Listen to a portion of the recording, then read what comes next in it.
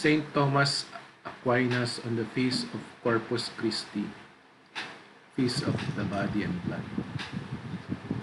O precious and wonderful banquet, since it was the will of God's only begotten Son that men should share in his divinity, he assumed our nature in order that by becoming man, he might make men gods.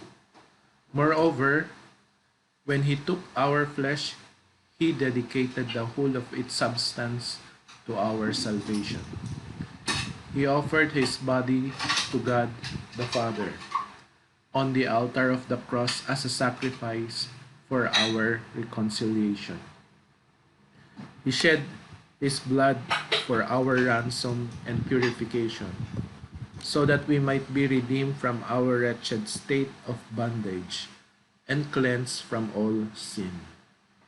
But to ensure that the memory of so great a gift would abide with us forever, he left his body as food and his blood as drink for the faithful to consume in the form of bread and wine.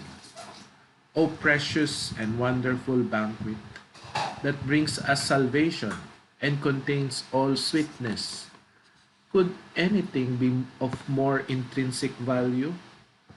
Under the old law, it was the flesh of calves and goats that was offered. But here, Christ himself, the true God, is set before us as our food. What could be more wonderful than this?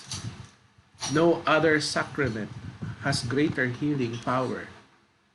Through its sins are purged away, virtues are increased, and the soul is enriched with an abundance of every spiritual gift. It is offered in the church for the living and the dead, so that what was instituted for that salvation of all may be for the benefit of all.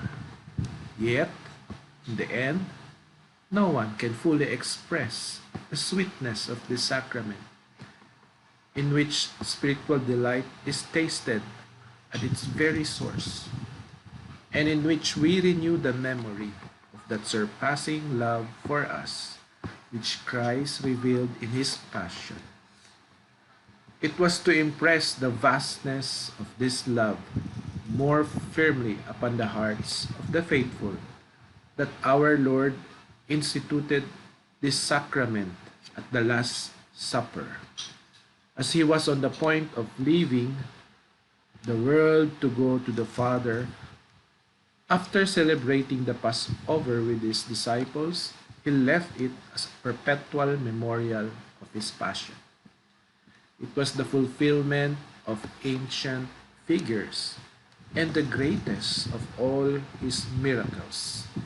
While for those who were to experience the sorrow of his departure, it was destined to be a unique and abiding consolation. St. Thomas Aquinas, Opusculo 57, in Festo Corporis Christi, Lectures 1 to 4. Thank you. Thank you, Jerome. Thank you.